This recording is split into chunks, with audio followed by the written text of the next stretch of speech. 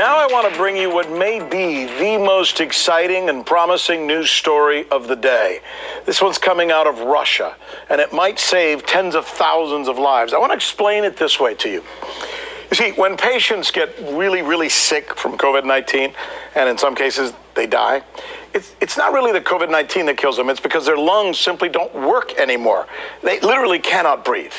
It's described as a weird and unexplainable storm that just takes over their body. In fact, there's even a name for it. It's called the cytokine storm, the cytokine storm, spelled with a C, by the way, in case you want to look it up. Today, scientists working for a company in Russia have apparently come up with a medication that prevents that from happening. Imagine how many lives could be saved. Here with more on the story is RT correspondent Natasha Sweet.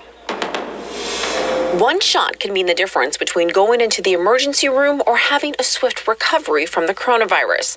Russian scientists have registered a new drug that may help to alleviate the harshest complications caused by COVID-19, including lung failure.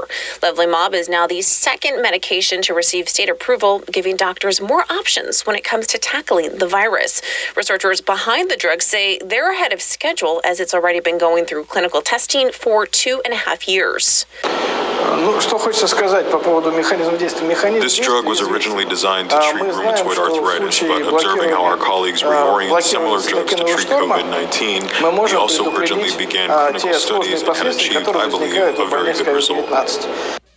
Developers say no side effects have been found during their studies, and they're hoping to make this available in hospitals as early as July. There are no analogies because this unique molecule was developed in our lab, and while designing this molecule, we employed very interesting principles.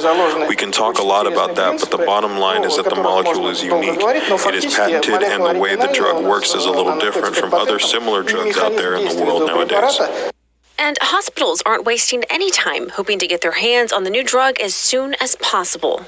We already have quite a large number of orders for this drug, and we hope that it will be in the hospitals in July. And in Moscow, COVID-19 survivors are forming a support force.